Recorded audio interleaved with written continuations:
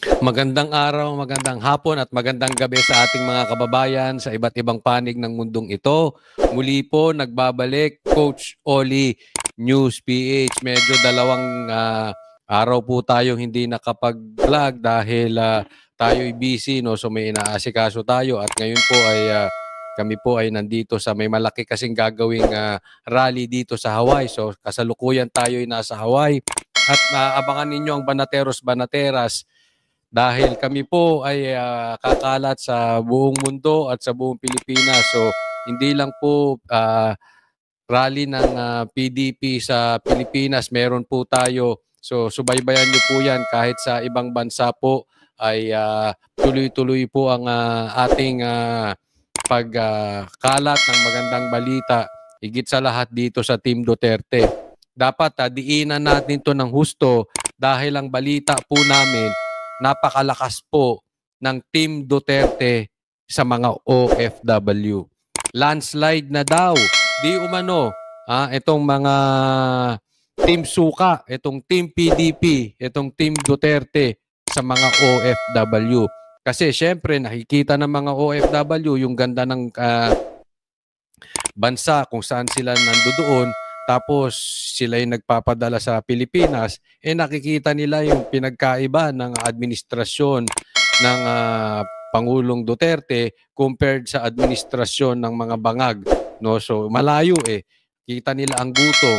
So talagang sila, hindi mo pwedeng lokohin itong mga OFW, matatalino ito at saka hindi mo pwede itong daanin sa paayu-ayuda. So alam nila talagang solid.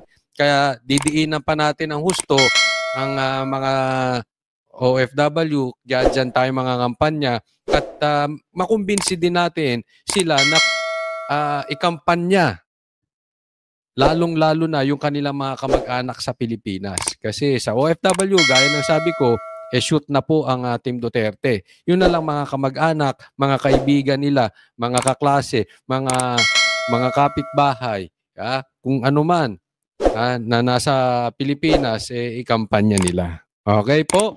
No, so wag pong kakalimutan bago tayo magsimula. Ulit konting lambing sa mga Team Duterte, sa mga Team Suka, Team PDP.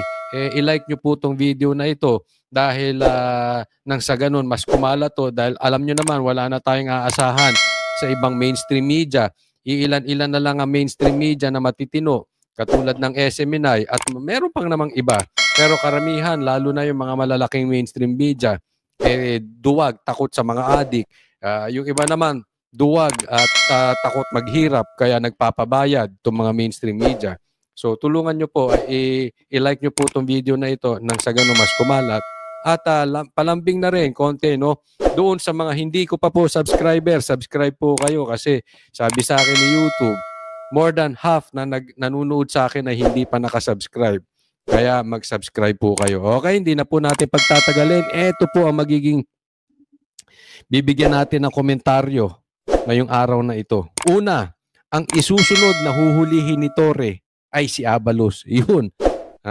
Pangalawa, Abalos nilaglag na. Pangatlo, gagawa na ng monumento si PRRD sa Netherlands. Talaga? Pag-usapan natin yan. At Davao, kumpirmado nga ba? Nadadayain. Okay, so hindi na po natin pagtatagalin muli. Like and subscribe, okay? Diretso na po tayo sa balita dahil kay Coach Oli, bida ang balita. Ito, unahin natin. Ang isusunod na huhulihin ni Torre si Abalos. Sana nga, sana. Tingnan natin. Sinampula ng Police Regional Office 7 of Row 7 ang dalawang individual na umano'y nagpakalat ng fake news sa social media. Ito ay matapos silang sampahan ng reklamong paglabag sa Cybercrime Prevention Act of 2012. Ayon kay Police Regional Office Director, Police Brigadier General Redman. Anong balita? Sinampulan nitong pulis na ito, sinampulan ng kanilang departamento, itong dalawang vloggers na nagpapakalat ng fake news. Okay?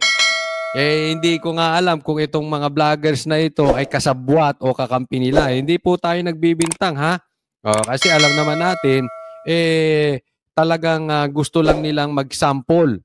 Hindi itong ginawa nilang ito, ako'y naniniwala, hindi sila ang sinasampulan. Ang sinasampulan niyan, Team Duterte vloggers. Itong dalawang vlogger naman na ito, hindi naman ata kilala. I really don't know them. Okay, wala po akong balita. No? Hindi po sa minamaliit natin sila. Kaya lang, hindi po yun ang issue. Ang issue dito is itong nagpapakalat ng maling balita about Duterte. So ang target dito talaga, ang gusto talaga nilang sampulan, Duterte. Dati pa naman kahit nga si Mayor Rama nagkaroon ng warrant of arrest. Ganun po sila. Okay? Basta dumikit ka sa Duterte. Okay? Baka pati kasambahay ng Duterte, baka pati driver ng Duterte, talagang gipitin. No? Mas lalo na ito mga at alam naman natin na maiinit sila. Yan, andyan po. Ayan po ang proyekto ni Marcos at ni Claire. Eliminate Duterte. Eliminate yung mga kampon ni Duterte. Ika nga, ganyan na sila. Wala na sila. Ano ba project nila? Meron ba silang inaayos na tulay? Meron ba silang inaayos na tren? Meron ba silang inaayos na mga negosyo na kung saan ay papasok ang maraming mga negosyante at magkakaroon ng maraming trabaho? Meron ba? Wala naman nakikita. Anong nakikita nyo kay Marcos at kay Claire? Di ba? Di nga natin alam. Baka mamaya, maging first lady pa yan. hindi naman sa ganun. Pero, ang nito, ano bang nakikita natin kay Marcos? Kung hindi, paghabol sa mga Duterte, kung hindi man ang Duterte, mga kaalyado ng Duterte, lahat ng focus nila, Duterte, Duterte, Duterte, Duterte. Pati itong mamang pulis na ito, Duterte na rin. Di ba? Pranan, kaugnay ito sa ipinakalat na video ng Sinulog Grand Procession, subalit pinalabas na protest rally ng mga taga-suporta ni dating Pangulong Rodrigo Duterte. Online kasi ito, so hinabol natin yung... So talagang diniinan niya, online kasi ito kaya hinabol natin at sinundan natin yon. So ibig sabihin, mag-iingat kayo mga vloggers ng Duterte kasi nasusundan namin ang inyong online. Di ba? Yan yung sample Warning shot yan. Warning. Alam namin kung saan kayo nagbablog. Alam namin kung saan kayo nakatira. Alam namin saan na inyo ginagawa yung inyong vlog. Ganon. Warning yan. Nako, digital footprints, di ba? Sige, sinampulan namin itong dalawang vlogger kayo. Hindi pa kayo titigil kakablog ng Duterte. Parang ganon. Pero kung ako tatanungin nyo, hindi ako hihinto. Ano ba tayo? Tayo ba? Ewan ko sa inyo. Magpapatakot ba tayo? Sinundan natin yung mga digital footprint at kung sino yung mga tao na nagpapakalat nga ng mga video na kung saan itong mga video na ito ay sinasabi nila na doon sa isang lugar ay maraming taong nagpo-protesta. Subalit hindi naman pala, kundi itong mga video ito ay mga edited lang at dinadagdagan ng ano-anong mga applications, yung background at saka yung narration na nagdudulot naman ng kalituhan sa ating mga kababayan. Kalituhan daw kasi yung hindi naman daw rally ng Duterte, itong dalawang vlogger sinabi rally ng Duterte. Talagang concerned sila, nagdudulot ng kalituhan yung hindi naman rally ng Duterte, ginawang rally. Pambihira. Sir, hindi ka ba nakakabalita na tumataas ng gutom sa Pilipinas? Dumadami na ang addict, dumadami ng road rage, ang dami ng patayan sa kalsada, ang dami ng itakan sa kalsada, ang dami na nagkakasuntukan barilan sa kalsada. Ang uunahin mo, yung nagbalita ng hindi naman rally ng Duterte, ginawang rally. Hindi nga namin alam kung talagang Duterte vlogger siya na yan pambihira naman yung focus talaga natin. Itong mga problema dito sa mga Team Marcos they major in the minor and they minor in the major. Ano ibig sabihin? Yung mga importante, hindi nila inaasikaso. At ang inaasikaso nila ay yung mga hindi importante. Yan po, mga Team Marcos. Bayan. Sinabi pa ni General Maranan, seryosong paglabag ang pagpapakalat ng fake news dahil may epekto ito sa tiwala at kaligtasan ng publiko. Doon naman sa mga tao na naghahangad ng kaguluhan. Doon naman sa mga tao naghahangad ng kaguluhan, panik at kalituhan. Hindi kaya nervous yan? Hindi kaya ninenervous lang kayo? Hindi kaya nagpapraning lang kayo? Tigil-tigilan nyo. Baka nasosobrahan ng amo ninyo ng multivitamins. Baka kung ano-anong iniinom ng amo nyo multivitamins. Baka napapraning. Kaguluhan, panic. Kasi ganun di ba? Tanungin ko kayo, mga kalalakihan, umami na tayo. Yun sa totoo. Pag tayo ng babae, di ba? Guilty ka pag uuwi ka ng bahay, parang akala mo yung misis mo kung ano nang tingin sa'yo. Di ba? Bakit? May gitarantaduhan kang ginawa di ba? Parang ganyan din May kagaguhan silang ginawa kinidnap nila si PRRD. So lahat ng tingin nila, lahat na nagbablog, nagko-create ng panic, lahat nagke-create ng kalituhan, lahat nagke-create ng kaguluhan. Hindi po ganun. Dati na yan. Hindi ka pa siguro pinanganganak, sir, pati ako. Hindi. Wala pang vlog nung ako. Ganyan na yan. Napapraning lang kayo. Wala naman ng gugulo Dati naman na may nagrarally. Kaya nga may EDSA 1, EDSA 2 yun ay paglabas ng puso. Legal po yun. Nasa batas po yun. Anong tawag doon sa Bill of Rights? Freedom of speech. Freedom of the press.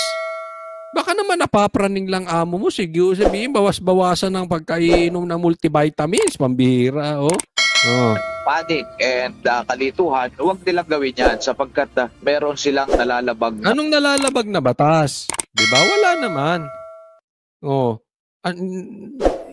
Hindi ko alam. Ang rally ba nakakalabag ng batas? Campaign period ngayon, natural, magrarally. Patas. Bukod doon, nakakaperwisyo ka ng mga inosenteng tao. May mga nagka-cancel ng appointment, may mga hindi pumupunta doon sa lugar na yun kahit may mga official and personal transaction sila dahil akala nila totoo yung mga pinopost na ganong kalaki yung crowd. So, ganoon.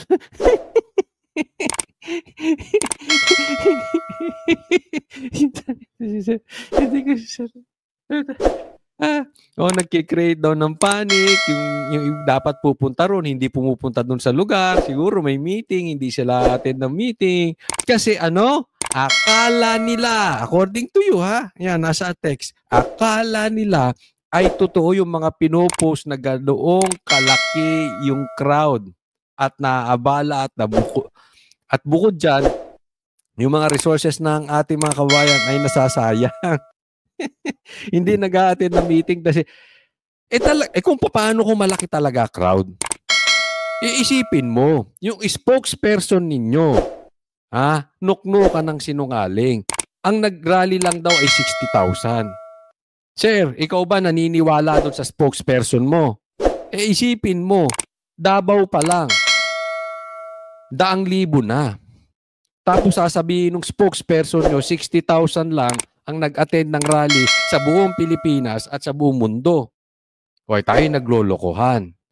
Ngayon, sir, kung talaga kayo mga pulis, ito yung tanong kasi marami naman akong kaibigang pulis, matitino sila Gaya nga ng sabi nila, naiinis na rin sila, hindi lang sila makapagsalita dahil bawal magsalita. Diba? Marami tayong pulis na mga matitino, saludo sa inyo. Pero kayo ba naniniwala sa ganong 60,000 lang?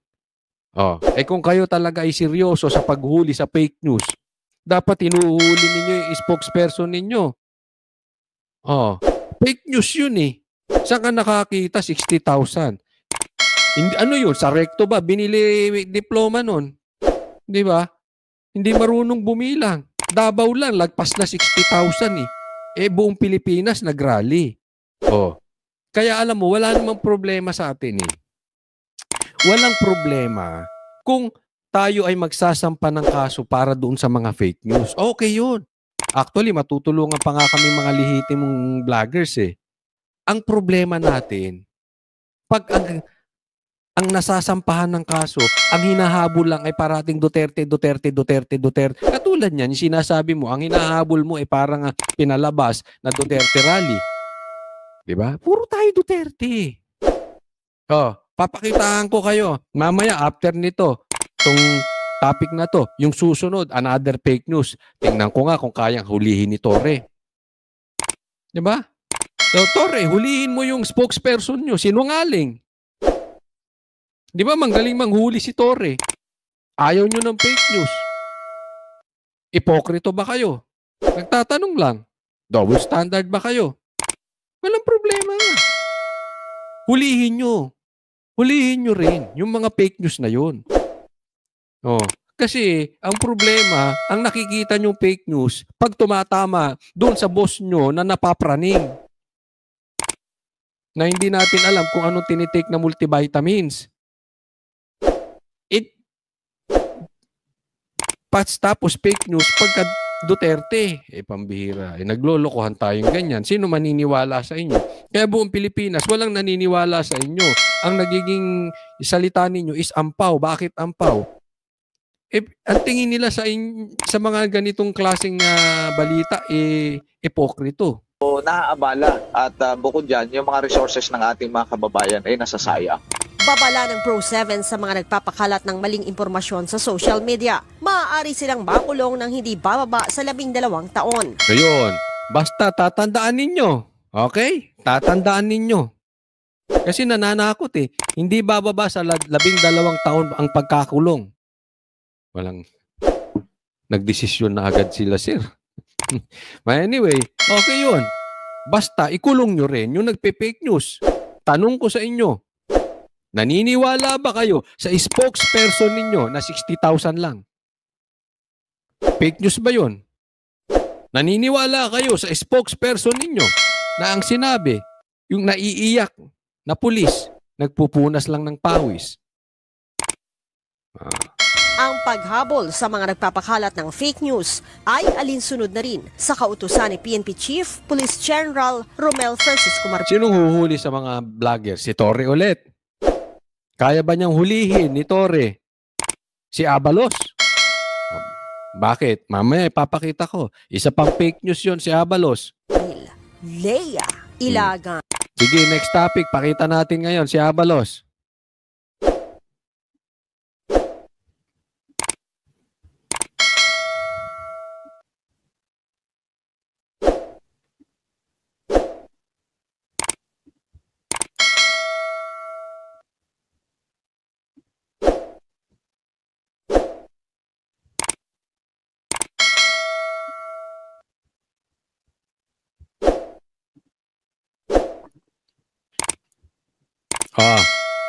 Eto, kay Abalos.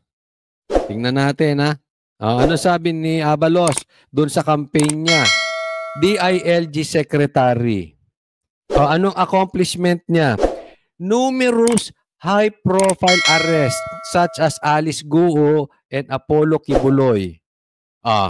Fake news hindi. Torre, hulihin mo to. Hindi niya nahuli si Pastor Kibuloy. Sumuko. Di ba? At hindi sa kanya sumuko. Lahat nga sila ligaw Ultimo. Ultimo.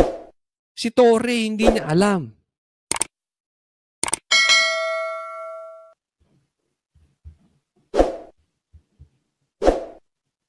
Di ba? Ultimo si Torre hindi niya alam. Nasumuko na si Pastor. Pati si Abalos. Sa isap sumuko si Pastor. Ngayon. Di ba fake news to si Abalos? Ngayon, kaya nyo hulihin? Habol kayo ng habol sa fake news. Kaya nyo hulihin ang bossing ninyo?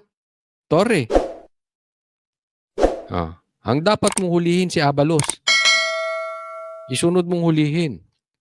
Ano pang accomplishment niya? Sabi niya, top performing cabinet official with rating of 93%. Naniniwala kayo doon? Ako, hindi. Sige, tanong ko, lagay nyo sa comment section, naniniwala kayo doon? Bahala kayo, naniniwala kayo, karapatan nyo yan. Diba? Sa mga bashers ko, alam ko maniniwala. Pero naman, 93%. Considering, kahit hindi niya sinabi to, hindi ako maniniwala. Hindi ako maniniwala. Pero, dagdagan pa natin. Pinake news nga niya, siya raw ang nakahuli kay Pastor Kibuloy. Alam ng buong Pilipinas. Nakita ng buong Pilipinas. Nakablog yung buong Pilipinas. Pati mainstream media. Sinusubukan niya pang i-fake news. Paano tayo maniniwala na 93% nga siyan? Para ka nga nilalaglag na eh. Ako sa tingin ko nilalaglag ka na. Abalos, bakit? Lahat na lang ng bus, halos kanto-kanto,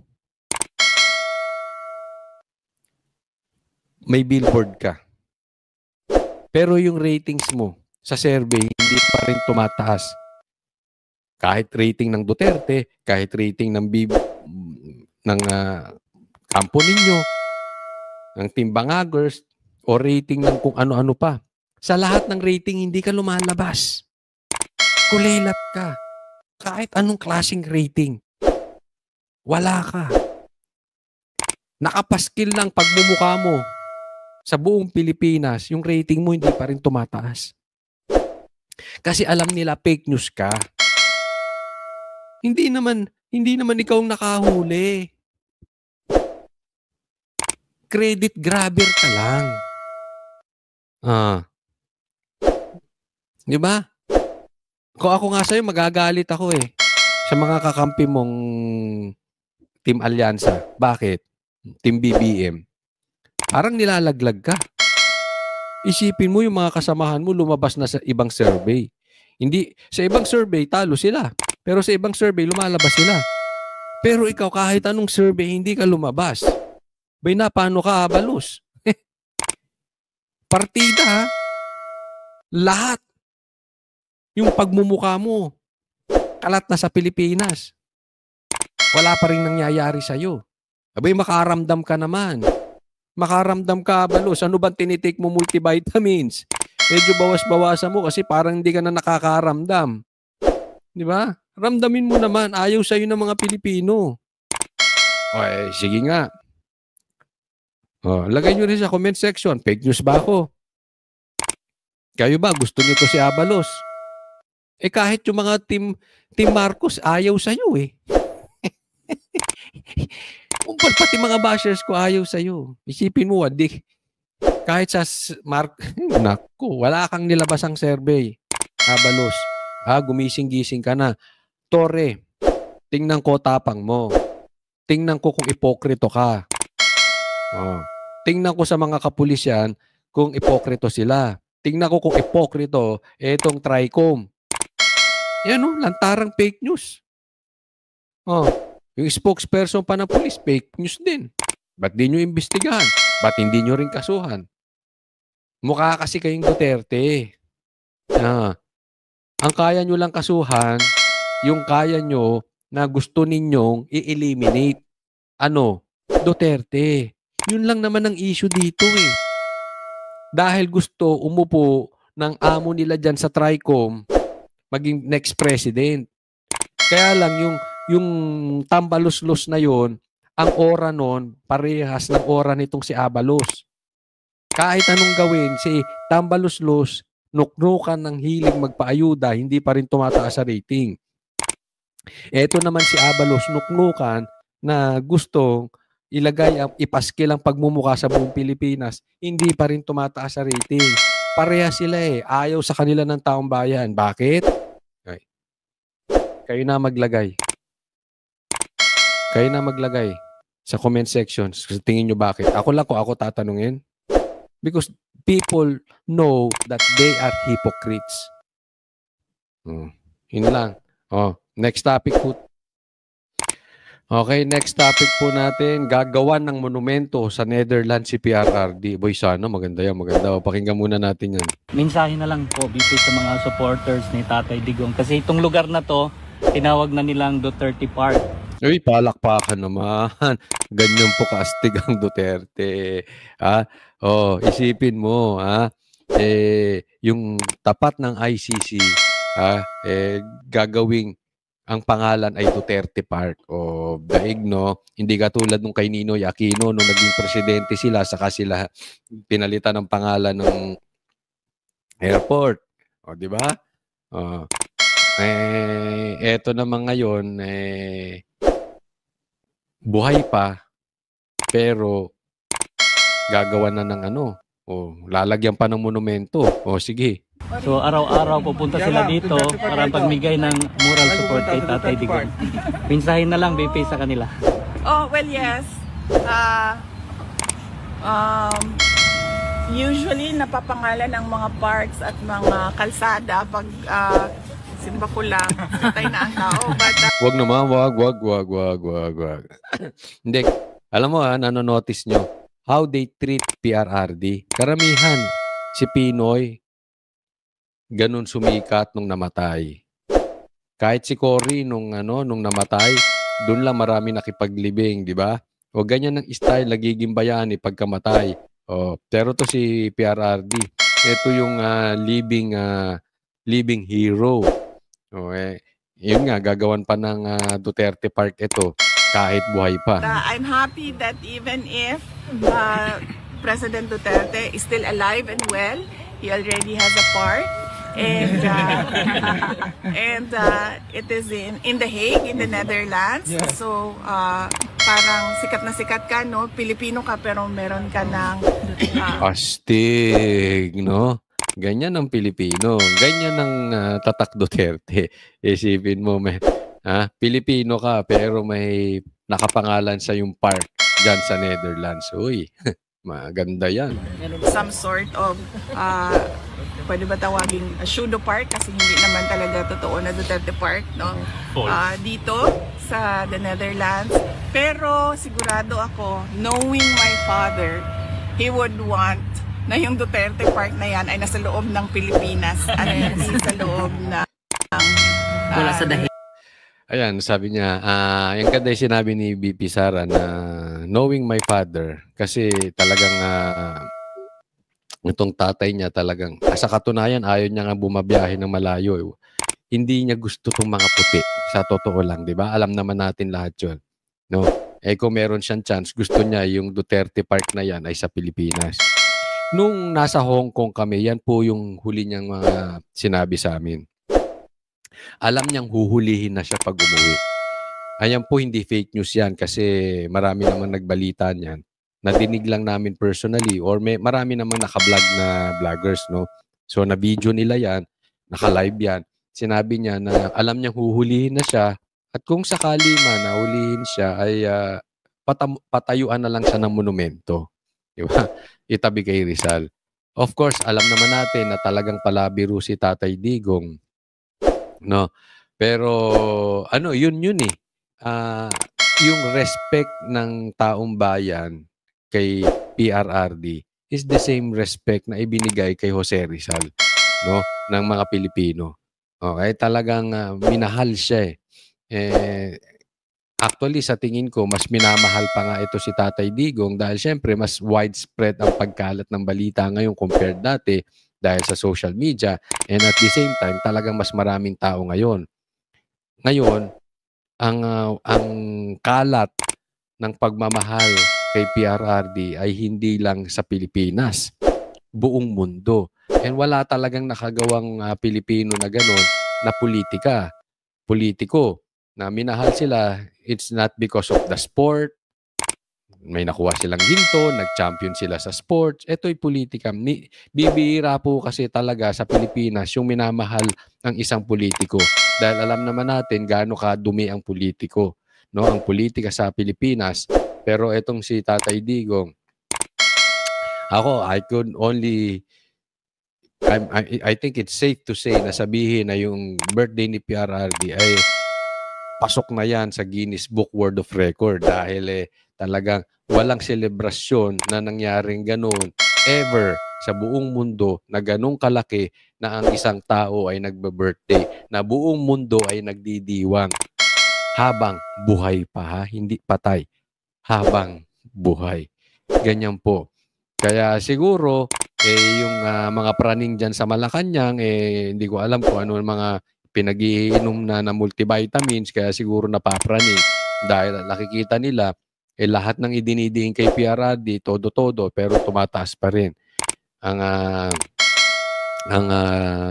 pagmamahal ng tao, bayan. So ituloy nyo lang. Ako, bagamat yan na nagsasuggest ay Pilipino yung Duterte Park, pwede mangyari yan. Ako, in all honesty, and this is my opinion, maraming galit sa ICC. Marami po. Okay? Maraming bansa ayaw sa ICC. Palagay ko, isa sa sisira sa imahe at posibleng tumapos sa mahina ng kapangyarihan ng ICC ay si Tatay Digong. I honestly believe that. Masisira ang ICC pag hindi nila ni-release si Tatay Digong because the world knows, even the international media, even especially the international vloggers, naniniwala sila tama ang ginawa ni Tatay Digong at ang pagkakaaresto sa kanya ay kidnapping. So, pag sumakay ang ICC sa politika, masisira sila. Masisira ng tuluyan ng ICC. At ang nakagawa lang niyan, si Tatay Digong. Ang galing. Isipin mo, nasira ni Tatay Digong ang mga adik, nasira ni Tatay Digong ang mga makakaliwa at mga komunista, mga NPA, at masisira pa ni Tatay Digong ICC. Ganyan po kalakas si PRRD. Talagang pagpatungkol sa pang-aabuso ng kapangyarihan at pang-aapi sa iba, susugpuin ni Tatay Digong. Next topic po tayo. Tingnan natin tong balita na ito. Davao, dadayain. Ito binalita ng Nightline News sa Facebook. Ang sabi niya, tingnan, COMELEC paraphernalia nakita sa isang residential area sa Buhangin, Davao City. Bakit merong paraphernalia ng COMELEC di umano dyan sa Davao? Sinasabing ito ay mga Starlink satellites o satellite transmitter na gagamitin umano ngayong May 12 national at local elections.